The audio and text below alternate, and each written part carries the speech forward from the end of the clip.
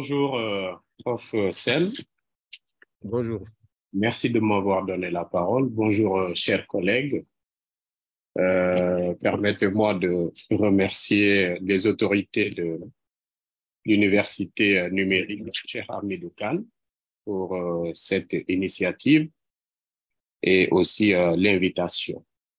Surtout au professeur Ousmane Sall aussi, et nous adressons nos remerciements par rapport à l'invitation. Ce qui concerne les sciences économiques et de gestion, je vais beaucoup plus m'appesantir effectivement sur ce qui m'a été demandé concernant les spécificités. Concernant le grade, la liste d'aptitudes aux fonctions de maître assistant et aux fonctions de chargé de recherche, il y a en termes de publication 4 articles dans les revues à comité scientifique et ou de lecture dans la discipline ou la spécialité du candidat, dont un article au moins hors thèse. Donc, vous avez soutenu votre thèse de doctorat, vous pouvez être amené à publier des articles tirés de cette thèse. Ça peut être un article qui vient compléter un peu ce qui était considéré comme limite à cette thèse ou perspective de recherche. Vous abordez donc votre travail sur cela. C'est accepté, mais ce qui est attendu, c'est de publier au moins un article qui n'est pas dans la suite de votre thèse. Bien évidemment, ça reste dans le cadre de votre spécialité ou de votre discipline. Ce qui est requis pour la liste d'aptitudes aux fonctions de chargé de recherche, en plus de ce que la LAFMA exige, ou ce qui est exigé pour la LAFMA, il faut aussi publier 4 fiches .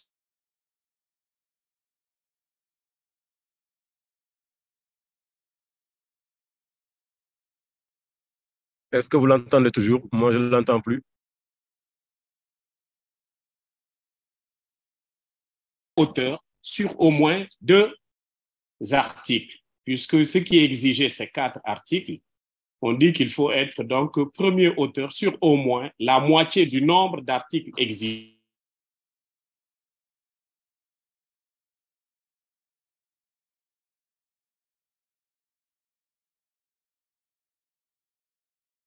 Est-ce que c'est moi qui ai un problème? Je l'entends plus. Parmi les 3 premiers auteurs. Allô? Prof, je voudrais savoir si je demande pour la question aux autres. Hein. Est-ce que vous l'entendez? Je veux savoir si moi-même, je n'ai pas un problème. Est-ce que vous l'entendez? Non, on l'entend pas. On l'entend plus. Il n'y a pas eu de coupure. Il n'y a pas eu de coupure. Si, il y a des coupures. Ah, d'accord, ok. Si, il y a eu des coupures. Hein? J'ai déplacé. D'accord, ok. Continue, prof. Vous m'entendez? Oui, on t'entend. Il y a eu quelques coupures seulement. Ok. Ah oui, d'accord. Donc, je disais qu'il y a il faut être premier auteur sur au moins la moitié du nombre d'articles exigés. Ici, chez nous, ce qui est exigé, c'est 4 articles. Donc, il faut être premier auteur au moins sur 2 articles. Et le reste des articles que vous avez présentés, vous pouvez donc être parmi les 3 premiers. C'est ce qui est exigé pour que l'on puisse comptabiliser ces articles comme étant un article pour vous-même, pour chacun de ces articles présentés. Pour l'attribution de la cote A, en plus de ce qui est exigé pour être éligible à la LAFMA et à la LAFCR, le candidat doit avoir au moins 2 articles publiés dans des revues classées. Chez nous, ce sont des revues classées, mais à partir de 2025, on mettra les revues indexées puisque globalement, on parle de revues indexées pour tout le monde dans le cadre de ce nouveau guide. Mais pour ce qui est de notre CTS, nous restons encore dans les revues classées parce que c'est ce que nous avions comme habitude puisque nous avons des classements au niveau du CNRS, au niveau de la FNEJ au niveau au niveau donc des Australiens, ABDC, et nous utilisons souvent ces classements quand les revues sont classées en numéros, premier rang, deuxième rang, troisième rang, jusqu'au quatrième rang. Maintenant, les autres revues, bien évidemment, qui sont des revues à comité scientifique et ou de lecture, sont acceptées. Mais pour la cote A, ce sont les revues classées qui sont visées. Et prochainement, nous basculerons vers les revues indexées en rappelant que toutes les revues indexées ne sont pas toutes classées dans les classements que je viens de citer. Concernant la LAFMC, les listes d'aptitude aux fonctions de maître de conférence, et la LAFEM-R, liste d'aptitude aux fonctions de maître de recherche, un premier aspect est de dire que la double candidature pour l'inscription sur les listes d'aptitude et le concours d'agrégation n'est pas autorisée au cours de la même année universitaire. Parce qu'on peut aussi être maître de conférence en passant par la voie courte, dite voie de l'agrégation. Mais si en 2025, vous déposez en février votre dossier pour être inscrit à la LAFEMC, donc vous demandez à passer par les CTS, et au mois de mai, toujours 2025, vous déposez votre dossier pour être à l'agrégation, le CAMES vous enverra un message pour vous demander, une lettre pour vous demander de choisir, de faire le choix entre les deux voies, parce que vous ne pouvez pas faire les deux à la fois la même année. Lorsque nous sommes dans le cas des CCI, c'est-à-dire les CTS globalement, les CCI, ce sont les comités consultatifs interafricains qui donnent les CTS selon les disciplines. Après 2 échecs sur 2 sessions successives, c'est-à-dire en 2023, on dépose pour s'inscrire dans l'une de ces 3 listes d'aptitude. Ça peut être à la LAFMA, ça peut être à la LAFMC, ça peut être à la LAFPT. Si on échoue en 2023, on revient en 2024, on dépose, on échoue en 2024, en 2025, on ne doit pas déposer. On attend 2026 pour compétir à nouveau pour le même grade, bien évidemment. Dans le cas du concours d'agrégation, après 3 échecs sur 3 sessions successives, le candidat est suspendu pour une période de 4 ans, soit l'équivalent d'un concours. Bien entendu, ici, on parle de successives dans le sens de plutôt consécutives hein, pour les juristes et les littéraires.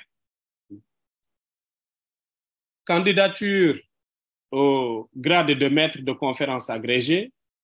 Pour les critères d'évaluation des enseignants, donc au concours d'agrégation, sciences juridiques, politiques, économiques et de gestion, il y a un guide qui est préparé dans ce sens et il est demandé aux candidats de se référer à ce guide.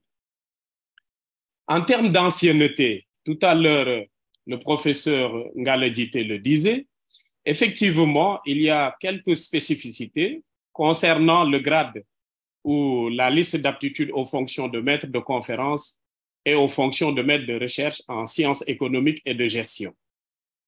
Ici, au lieu de 3 années, l'ancienneté est de 5 ans après l'inscription sur la LAFMA ou la LAFCR à la date limite de dépôt des dossiers, c'est-à-dire au 15 février. Ce n'est pas à la date de juillet à laquelle souvent les CTS se réunissent et délibèrent et les résultats sont validés par le CCG et donc proclamés. Ce n'est pas à cette date, mais c'est à la date de février, le 15 février. Parce qu'on a constaté que certaines personnes viennent présenter leur dossier en comptant en disant « oui, j'ai été admis en 2019, 2020 » et ils comptabilisent à partir de juillet pour dire que maintenant c'est bon. Mais s'ils disent c'est bon par rapport à février de l'année. Et février de l'année, ça veut dire que finalement, ça va être, au lieu de 5 ans, on est dans 6 ans pratiquement, puisque on entre déjà, juillet se termine, 2023, et février, c'est pour 2024. C'est comme ça que ça se fait. Donc, ce n'est pas exactement 5 ans en disant 5 ans par rapport à juillet. Si vous le faites, vous risquez de vous mettre dans une situation un peu difficile parce que si vous vous entêtez et que la commission institutionnelle accepte, le recteur ou les autorités acceptent et fassent partir le dossier, on comptabilisera et finalement, vous ne serez pas inscrit parce que vous n'aurez pas eu les 5 ans révolus. Les 5 ans révolus, c'est au 15 février de l'année à laquelle vous déposez votre dossier de candidature. Les publications concernant la LAFMC et la LAFCR, pour la LAFMC, 7 articles sont exigés dans au moins 3 revues différentes à comité scientifique et ou de lecture dans la discipline ou la spécialité du candidat, dont au moins 3 articles dans des revues indexées. Je disais tout à l'heure, revues classées chez nous et bientôt, donc à partir de 2025, indexées, dont au moins une publication individuelle. Donc, on encourage les publications, les co-publications, mais ici, quand même, pour être admis à la fonction, donc être inscrit à la fonction de maître de conférence, on doit montrer qu'au moins, on peut prendre en charge une question et la résoudre tout seul. C'est pourquoi il est demandé au moins une publication individuelle. Être premier auteur sur 4 articles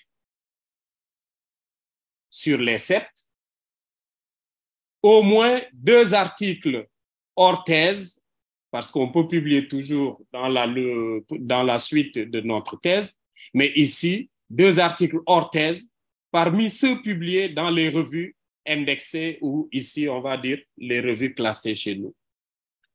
Au moins 2 communications avec preuve jointe au dossier de candidature. 2 communications avec preuve jointe au dossier de candidature.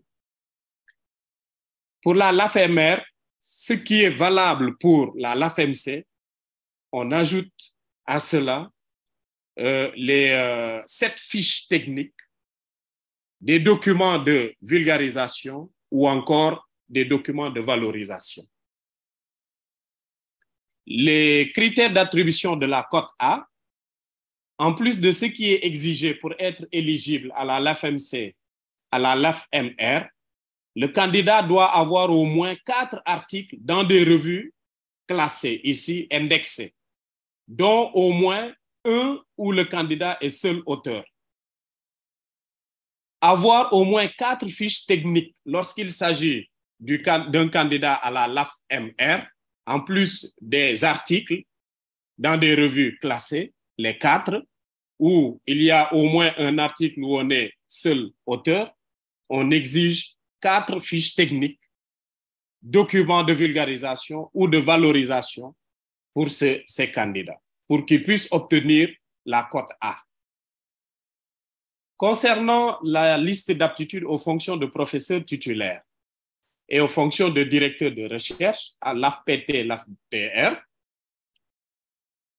ici, bien évidemment, ce sont les publications post-LAFMA. L'AFMC, autant pour moi. Là-bas, pour l'AFMC, c'était post-LAFMA. Et ici, pour l'AFPT ou l'AFDR, c'est post-LAFMC ou post-LAFMR. Si vous êtes maître de conférence ou maître de recherche, à partir de l'instant où vous êtes inscrit sur la liste, c'est en ce moment qu'on commence à comptabiliser vos articles, vos nouveaux articles, et ce sont ces nouveaux articles qui vont compter pour votre inscription donc, au niveau des listes d'aptitude aux fonctions de professeur titulaire et de directeur de recherche. À ce niveau, pour ce qui est de la liste d'aptitude aux fonctions de professeur titulaire, 8 articles sont exigés, 8 articles, dont au moins 4 dans au moins 4 revues différentes à comité scientifique et ou de lecture dans la discipline ou la spécialité du candidat, dont au moins 4 dans des revues classées 2025, des revues indexées. Et il faut aussi 4 communications avec preuve jointe au dossier de candidature.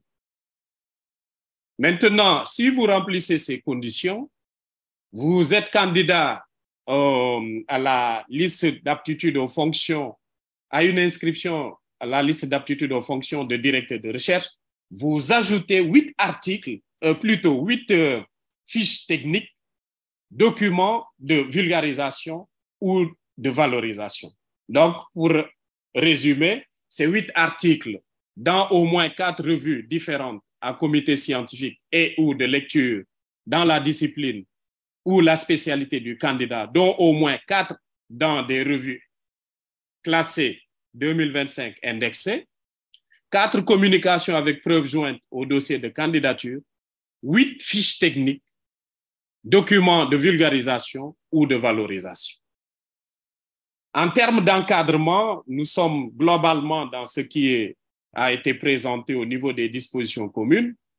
Ici, la spécificité, c'est que nous avons des maîtres de conférences agrégés. Alors, pour ces maîtres de conférences agrégés, il est recommandé qu'ils participent aux sessions de préparation des candidats au concours d'agrégation. Et cette participation est attestée par le responsable du centre ou de l'école doctorale, organisateur de la session. Cette attestation peut être valorisée dans le cadre du service à la communauté universitaire.